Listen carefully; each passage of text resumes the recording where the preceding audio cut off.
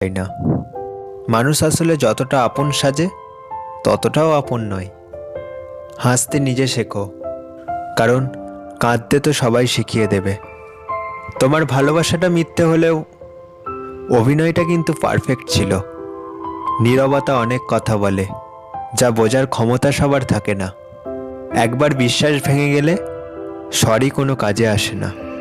অনুভূতিটা আমার একান্ত চলে যাওয়ার কারণ তোমার ব্যক্তিগত। কখনো কখনো গুরুত্ব বোঝার জন্য দূরত্বের প্রয়োজন হয়।